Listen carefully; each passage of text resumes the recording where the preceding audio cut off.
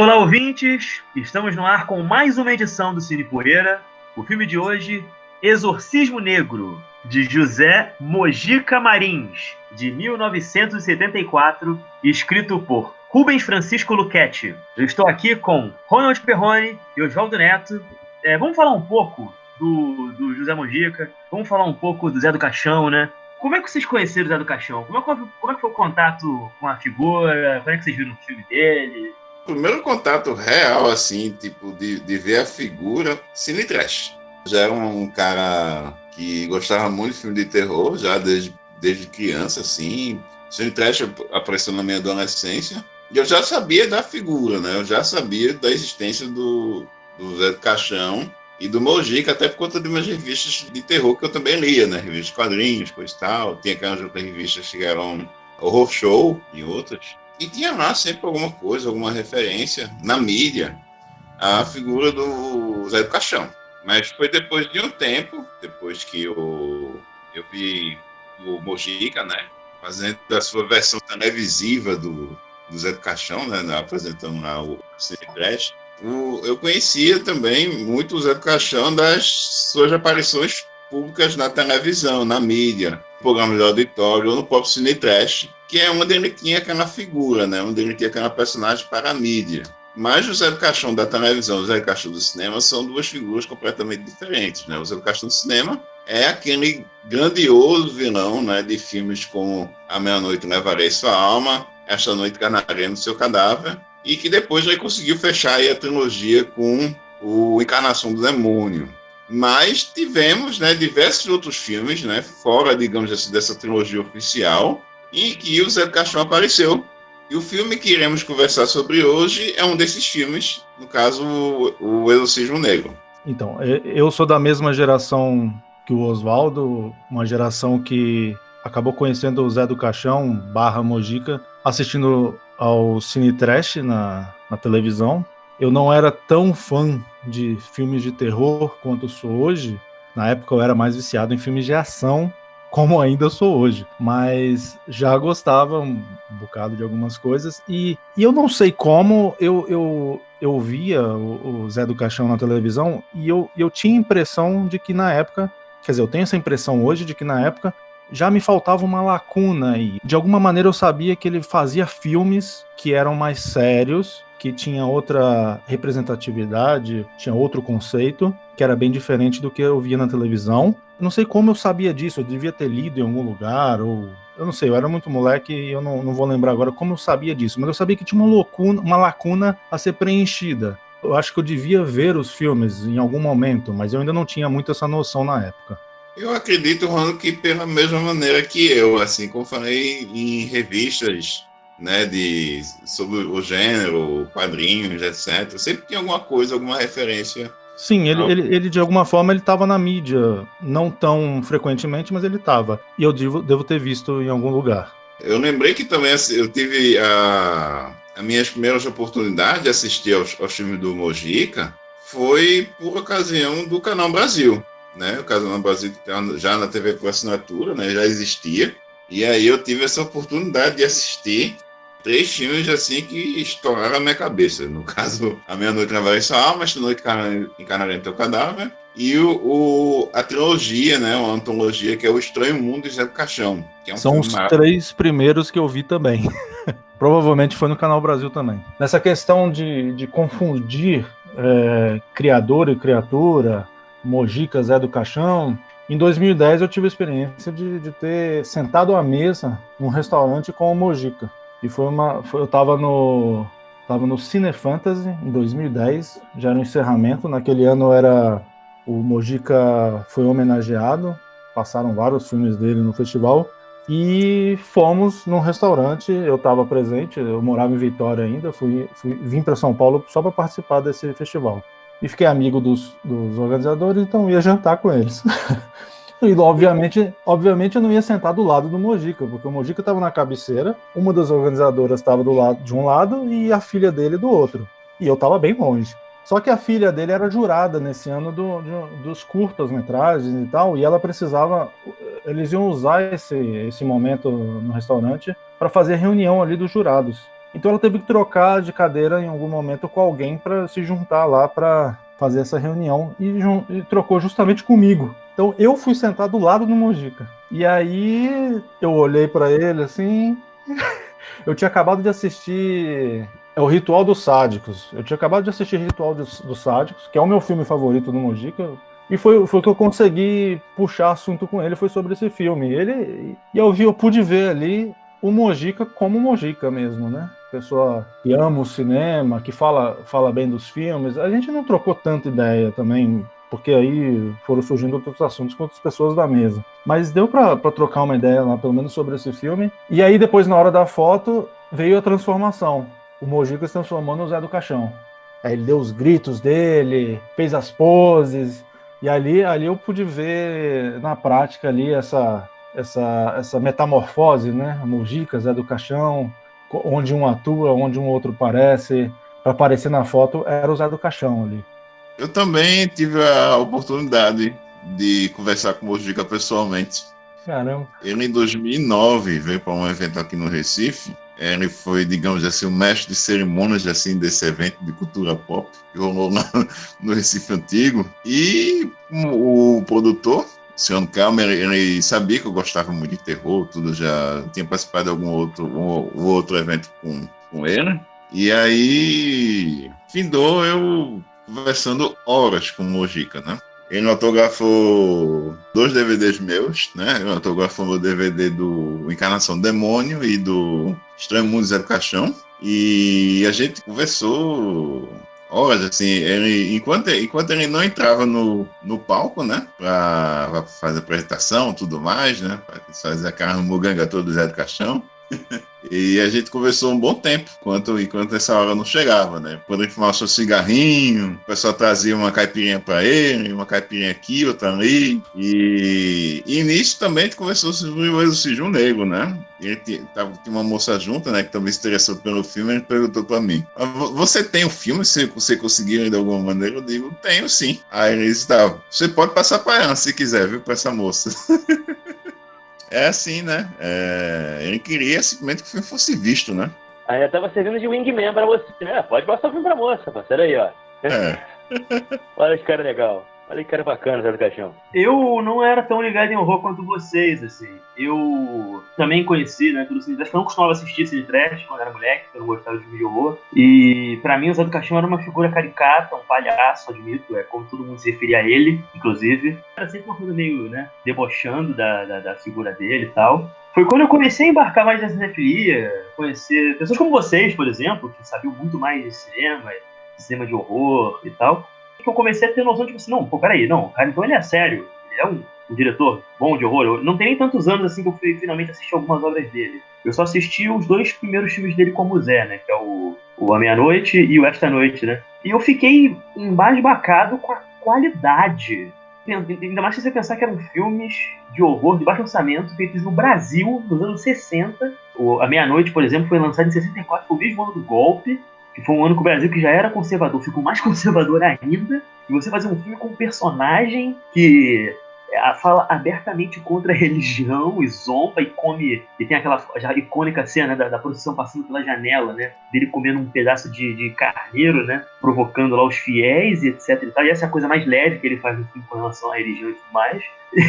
E eu fiquei, bicho, esse cara é um monstro. Eu não tinha noção. E eu percebi, inclusive, que lá fora já tinha gente, banda de metal, fazendo referência a ele. Eu trocava e-mail com um cara também, que ele era gringo também, que ele dizia que ele se amarrava no Zé do Caixão. Que, caraca, não, como é que esses caras vieram do Caixão e eu sou brasileiro, eu não tô ligado quem é o cara, sabe? Como é que pode isso? O que aconteceu? Como é que, né? E ele é um desses fenômenos, assim, né? Assim como acontece às vezes com a música, do artista brasileiro conseguir mais respaldo lá fora do que aqui, isso também aconteceu com ele, né? Aqui no Brasil ele era essa figura folclórica e só. O artista passou despercebido por muita gente por pelo menos uns 20 anos, não é mesmo?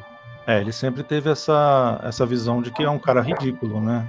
É um pouco culpa dele mesmo também, né? É porque foi ele que vendeu essa personagem, essa persona para a mídia, né? Eu só lembrei de uma história interessante que antes das fake news da internet, tinha fake news dos anos 90 que falavam das unhas do Zé do Caixão, né? Que era uma coisa que acompanhava um pouco esse folclore dele, que falavam, se o Zé do Caixão cortar as unhas, ele morre, por isso que ele deixa as unhas grandes. E eu, moleque, acreditava naquilo. Então, uma coisa que eu me lembrei, agora nesse momento, já que a gente tá falando também sobre a figura midiática dele, né?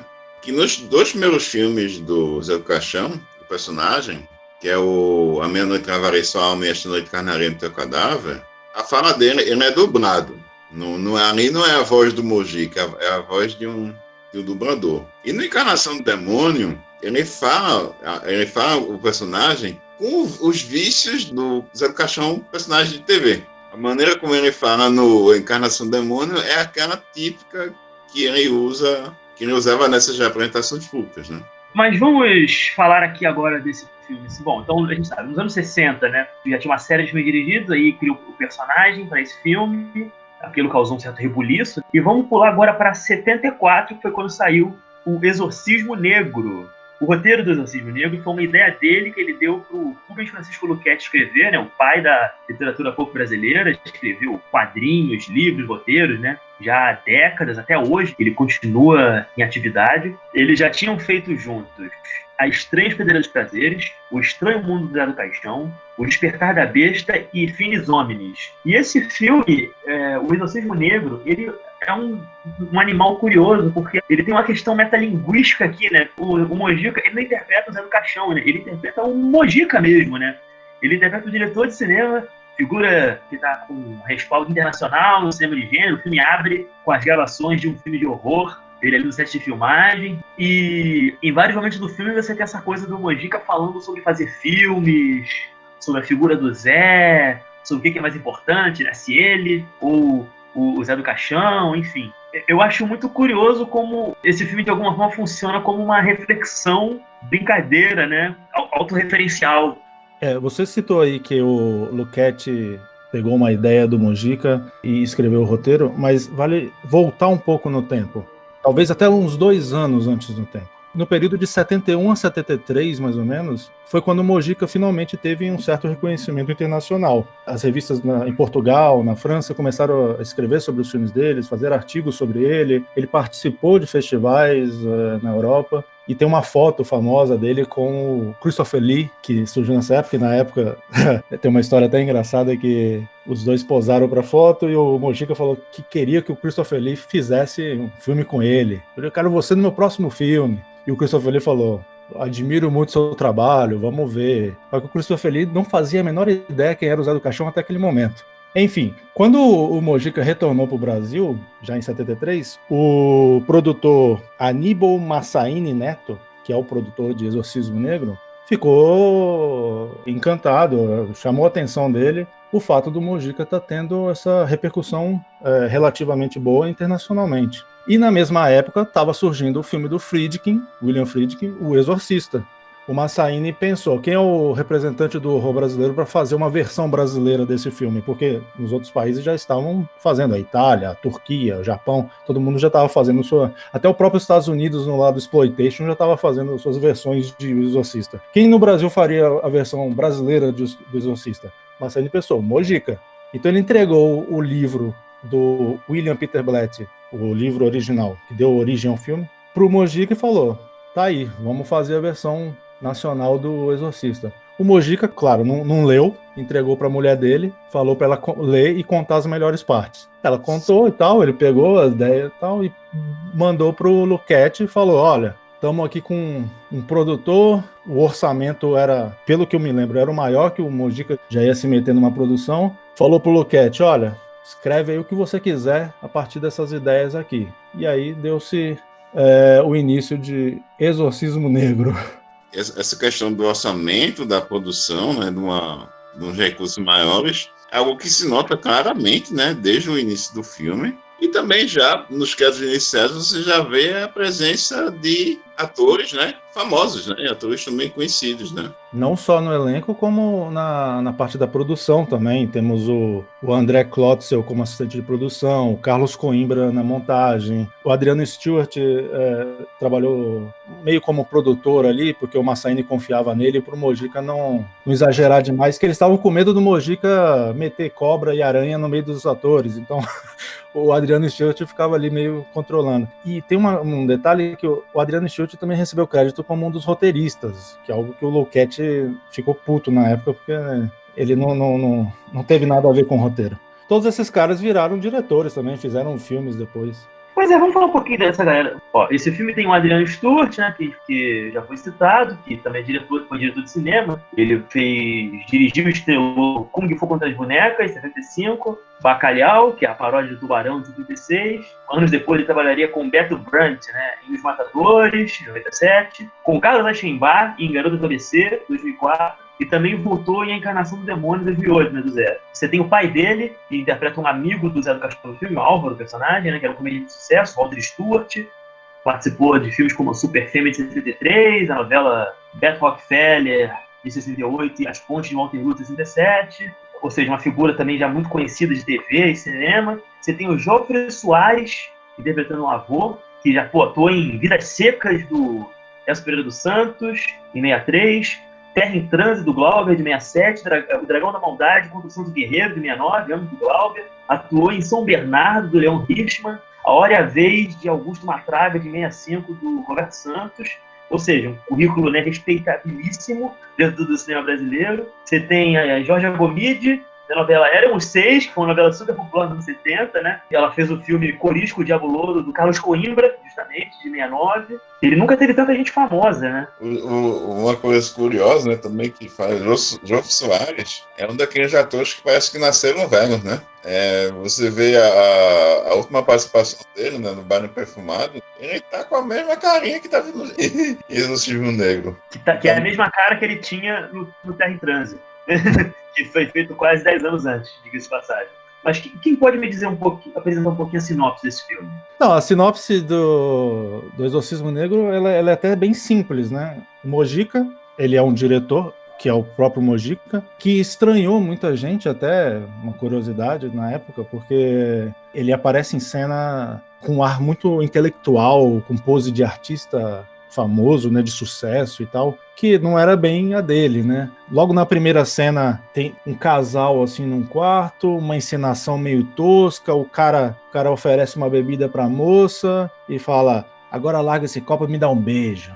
E aí começa uma encenação bem canhestra, assim, e invade uns bandidos, começa a passar a mão na moça, e aí de repente eles estão com umas máscaras toscas assim, eu já não tava entendendo mais nada. Mas aí aparece, corta. Aí aparece o Mojica, é o Mojica dirigindo um filme. Ele dá uma coletiva e tal, e fala que o próximo filme dele, ele não sabe ainda qual é, porque ele tá meio com bloqueio e tal, e que ele tá estudando ainda umas histórias, e que ele vai passar o Natal na casa de campo de um amigo, e lá ele vai tentar desvendar as ideias para escrever um novo filme. E chegando lá, ele se depara com uma maldição envolvendo bruxaria, possessão, uma entidade que o coloca no famoso embate entre criador e criatura, que não deixa de ser um dos temas centrais do Exorcismo Negro. Já naquela coletiva de imprensa logo no início, questionam ele a ideia de quem é mais importante, Zé do Caixão ou Mojica? E ele fala, Mojica, é o Mojica o mais importante, porque o Zé do Caixão não existe. E aí a luz começa já a piscar. E aí, no decorrer do filme, tem essa questão, esse tema que é tratado esporadicamente sobre o criador versus a criatura, que vai degringolar num embate final aí, que vamos comentar mais tarde. Então, é mais ou menos como aconteceu com o próprio decorrer da vida dele, né? Como a gente viu, Zé do Caixão e Mojica, basicamente o mesmo que aconteceu em vida com o Lugosi, né, e Drácula. São personagens fictícios que realmente saíram da malha da ficção, né? E exerceram um papel na realidade. É um negócio que influenciou justamente ao longo da própria vida e carreira deles. Quem apresentava o Cine Trash? O Mojica ou o Zé do Caixão? É o tipo de questionamento que surge, assim. É um paradoxo. E você já tem, assim, vários momentos ali, ele e o amigo conversando sobre parapsicologia, conversando sobre literatura, né? É muito engraçado, ele não é um simplório, né? Ele joga xadrez, fuma cachimbo. A impressão que eu tenho é que ficou uma coisa quase que premonitória, sem querer, essa figura de quem é mais importante, Zé do Caixão ou Mujica, né? Porque naquele momento, né, a carreira dele estava num certo auge, vamos dizer assim, né? O auge que deu para a carreira dele conseguir, né? Sendo um cineasta do terceiro mundo, né? Fazendo cinema de gênero, né? Que vamos combinar, né? Se ele não fosse brasileiro, o material que ele fez nos anos 60, ele seria muito maior. Se ele fosse pelo menos europeu, eu tenho dúvida disso. Não à toa, tá até na lista da pracinha dos melhores filmes brasileiros já feitos, junto com Glauber, junto com Léo Richman, junto com Nelson Fernando Santos, junto com, né, um monte de gente. Brinca com uma coisa que estava um pouco presente nos dois primeiros filmes de Zé do Caixão, que é essa coisa do sobrenatural, se ele existe ou se ele não existe, né? O Mojica, no filme também, ele é um cético. Ele não acredita no sobrenatural. Ele é um cara mais racional, assim, né? Só que ele vai gradativamente também lidando com coisas que, né, vão desafiando as suas crenças pessoais. O personagem do Mojica, no caso, ele realmente tem essa coisa de ser cético, mas ao mesmo tempo o filme ele tem uma atmosfera muito de sonho também. Principalmente como o personagem do Mojica vai atravessando essa história. As cenas de exorcismo, de horror e tal, tudo parece ter uma lógica de pesadelo ao mesmo tempo. Porque o personagem do Mojica sempre fica passivo e impotente, assim, diante do horror. Um horror que... Aí que entra o lance do metacinema, né? É o horror que o Mojica cria, mas que o personagem Mojica fica impassivo. Ele fica impassivo diante do horror que ele mesmo criou. É uma coisa muito louca. Pois é. Ele fica observando, assim, ele é espectador do próprio horror. Espectador do próprio horror, gostei dessa. É verdade, é verdade. O que não me incomodou um pouco é porque, à medida que gradativamente as pessoas da casa vão sendo vítimas de possessões aparentemente demoníacas. Sim. Eles vêm, acontece uma coisa, primeiro é o patriarca lá, interpretado pelo Jô Soares, ele tá ali numa boa e de repente ele fica agressivo, começa a falar numa voz esquisitíssima, uma voz distorcida, os olhos dele ficam muito vermelhos, assim, né? Eu também achei que é uma outra referência, né? Ao próprio que ele fez também antigamente, porque o Zé do Caixão também, no primeiro filme dele, né, como personagem, quando ele se irritava, você via que tinha uma lente ali, né, pra indicar a cólera dele, né? As veias, né? Sobressaindo. As pessoas no filme, quando elas estão possuídas, os olhos ficam muito avermelhados, é bem visual, né? É uma imagem muito forte. E depois elas voltam, né? Tipo, como que um surto que dá assim em volta. E ninguém entende muito o que está acontecendo. O que eu estranhei no filme é porque essa passividade não é só do Zé do Caixão, é de todo mundo ali. Você descobre que uma das personagens da casa, a esposa do dono da casa, ela é a personagem Lúcia, interpretada por Giorgia Gomide. Ela sabe o que está acontecendo, na verdade. Você descobre que ela queria ser mãe, não estava conseguindo conceber, e ela foi numa bruxa, anos antes, e basicamente ela entregou o destino do seu filho, da sua filha, para poder conseguir conceber finalmente. Isso, a primeira filho ou filha que ela tivesse, essa bruxa escolheria com quem que essa pessoa ia se casar. E no caso é o personagem do Adriano Stewart, é o personagem Eugênio, que no filme ele é chamado de filho do Satã. Só que a menina já tem um noivo, ela não estava levando aquilo a sério, então aquelas possessões você descobre que tem ligação, né, com isso, né? Seria o diabo, talvez, né? As forças do mal cobrando preço. Só não sei se isso vale a pena comentar agora, mas ao invés do diabo, ela invoca quem? O Zé do Caixão. É muito pior, é muito mais perverso que o diabo. E aí voltando àquele lance do criador versus criatura, no filme, no decorrer da trama, o diretor, o Mojica, como personagem, ele é frequentemente associado ao personagem Zé do Caixão, mas ele sempre dá uma recusa da existência da criatura do Zé do Caixão, né? Ele fala, o Zé do Caixão não existe e tal. A única coisa que coloca em pé de igualdade os dois é o exterior, né? É a questão física. Ele diz que por uma legitimidade artística, né, ele deixa as unhas grandes. Mas no seu, é aquilo, né? No seu entendimento é no exterior só. No interior, a maldade do Mojica, do Zé do Caixão, ela não existe. Até você se confundiu. Eu não sei se isso tem a ver com o que você estava falando, Luiz. Não tem não, mas é maneiro. Vamos deixar isso aí. Qual seria pra vocês, assim, os grandes momentos do filme? A menina chorando com o cachorro morto em mãos. É uma cena fantástica e mostra que o diretor de terror que bota seus filhos nos filmes gosta também de torturar as crianças. E fique claro que o cachorro também viu uma das aparições, né, sobrenaturais da casa, né?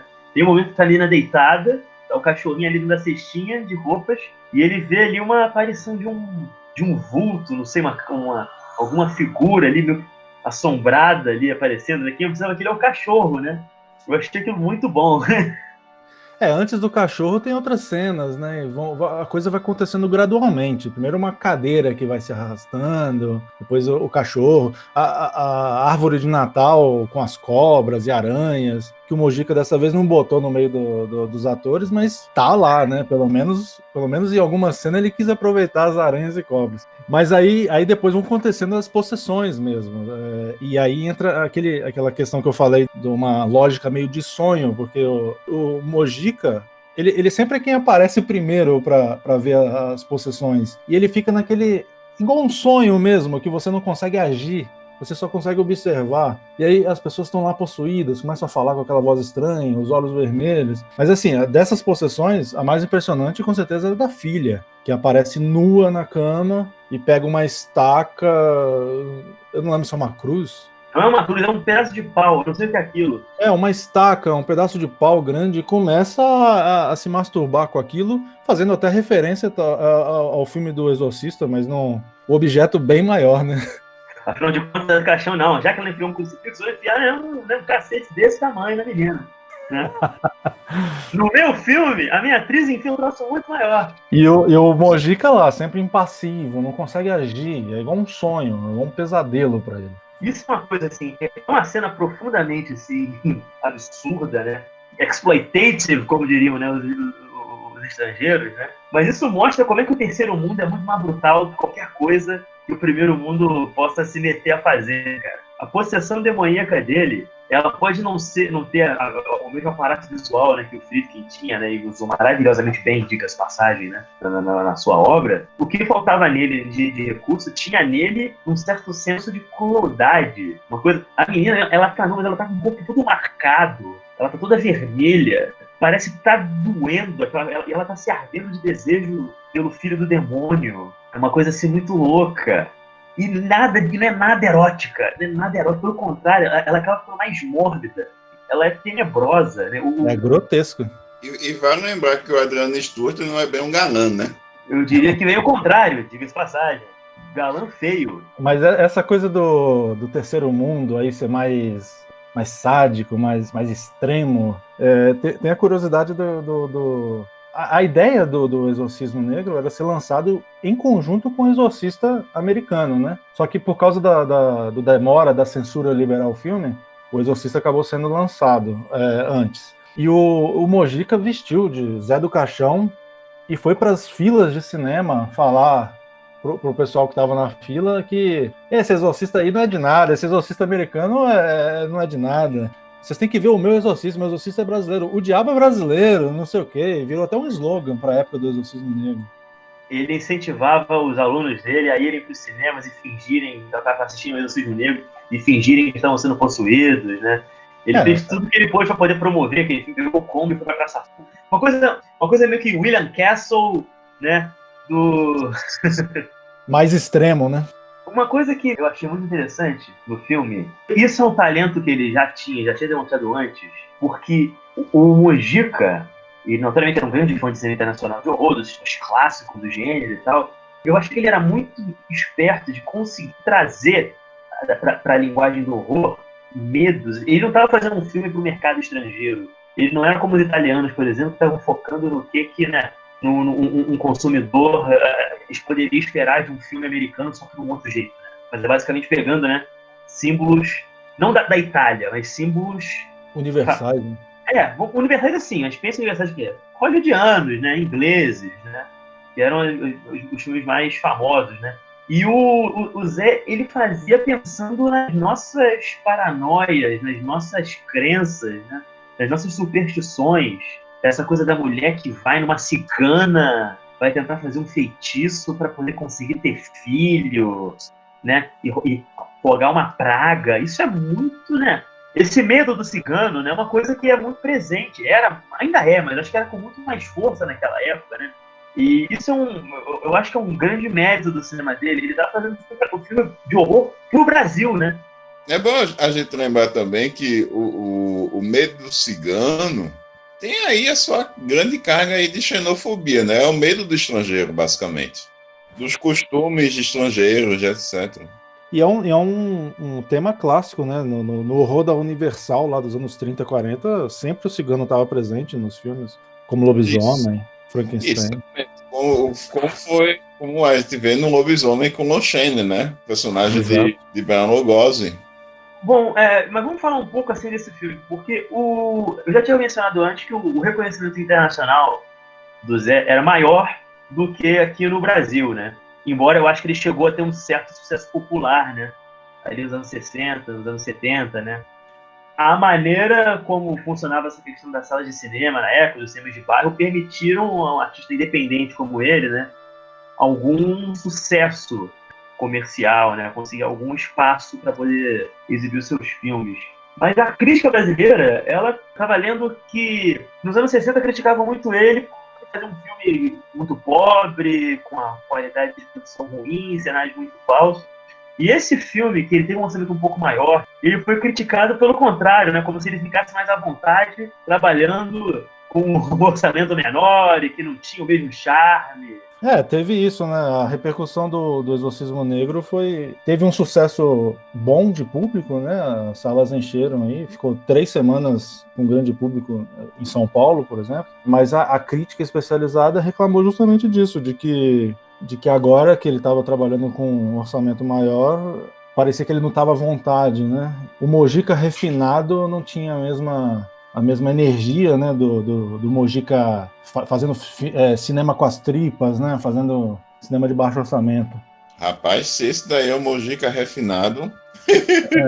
Em comparação com o que ele fazia, talvez eles tiveram essa impressão. Porque se você for olhar os aspectos de visuais do filme, sonoros e tal, é uma produção muito bem feita. A questão das cores, os efeitos especiais. A gente ainda vai falar do final, que é uma outra recriação do inferno que o Mujica gosta de fazer, que é muito bem feito.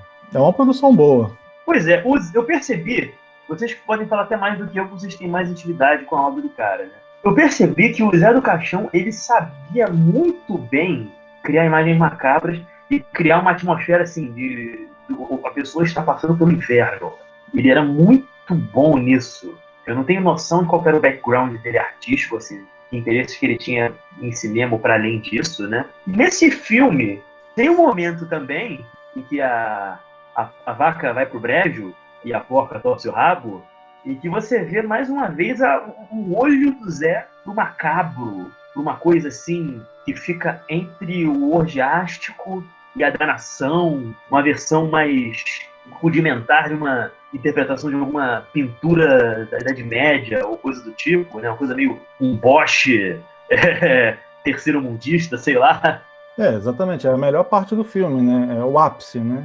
Eu chamei de uma retratação do inferno, mas aquilo ali parecia um calabouço meio medieval mesmo, de uma câmara de torturas.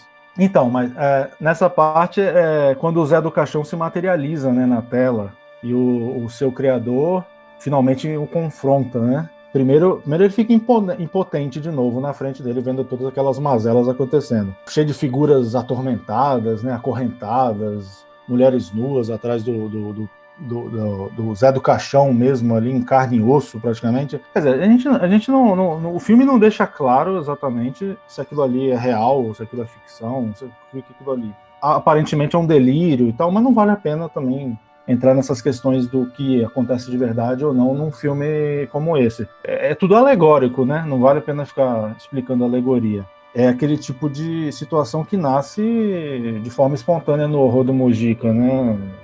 Não são decorrentes das lógicas racionais. Mas é uma cena fascinante, porque ali que você tem dedos desmembrados, línguas cortadas, mulheres chicoteadas, um cenário fascinante, assim, de puro horror.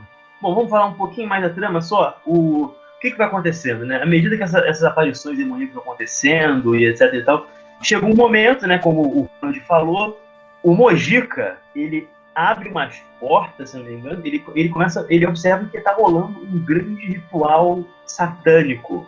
E quem está dominando esse dominal, quem é que está, como é que se diz, guiando aquilo, não sei, liderando aquilo, é justamente o Zé do Caixão. E ele descobre que o personagem dele existe.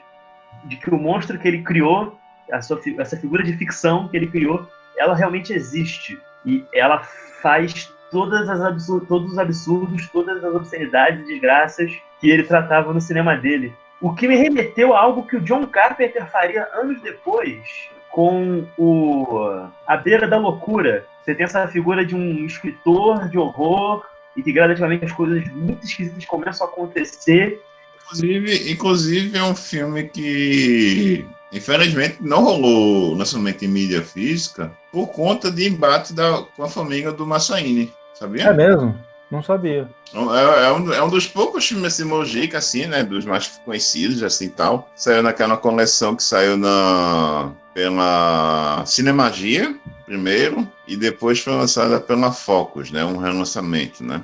Só que o Exorcismo Negro, né? É um dos filmes que fidou não saindo, né? Ele foi exibido no Canal Brasil, né? Uma versão restaurada, né? Que foi a versão que eu vi. Então, uma edição linda.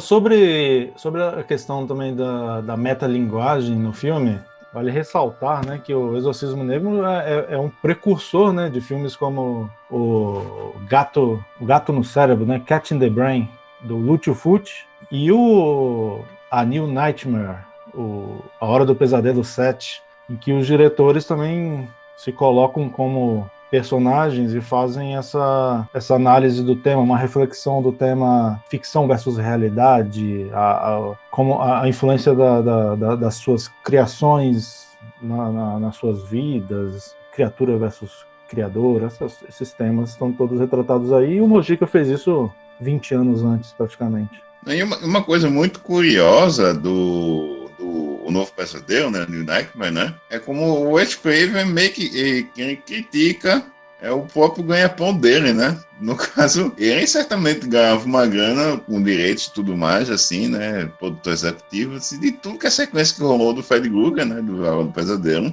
Só que o filme critica, né, a exploração da mídia, né, midiática, cultura pop, de figuras execráveis, né, de assassinos e tudo mais. E o Freddy Krueger vira aquele ícone pop, né? Ele critica isso muito bem no filme, né? Eu queria saber a cotação de vocês.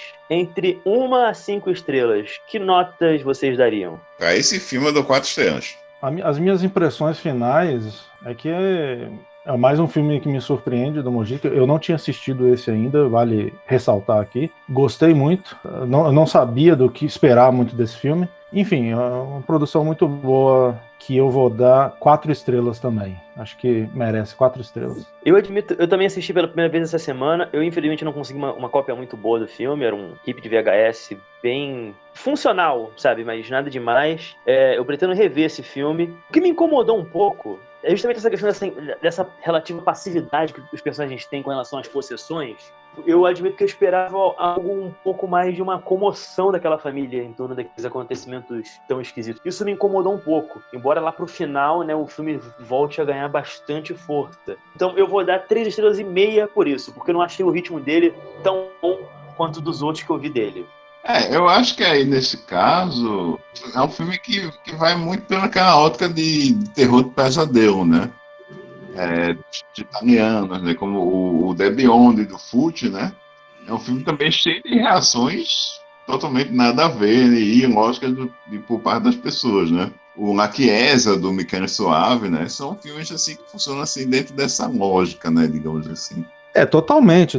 Inclusive eu tinha comentado mais cedo aí sobre essa lógica de pesadelo e os filmes que vêm na minha cabeça quando eu penso nisso são justamente esses, principalmente o do Fucci, né, o The Beyond, que as coisas o horror vai acontecendo diante dos olhos dos personagens e os personagens não fazem nada, não fogem, não vão pra cima, não tem reação alguma. E é muito do sonho isso. Você sonhando, você faria a mesma coisa, você só observa. É aquilo que eu falei do filme do Mojica. Ele é espectador do próprio horror. Bom, gente, muito obrigado, adorei a conversa. Esta edição do Cine Poeira, então, vai ficando por aqui. Muito obrigado, querido ouvinte, e até a próxima semana. Não esqueçam de seguir, né, o nosso Instagram, Cine Poeira Podcast. O nosso podcast também está em diversas plataformas, né, como o próprio Anchor, o Spotify e outros. Até mais, pessoal. Até semana que vem.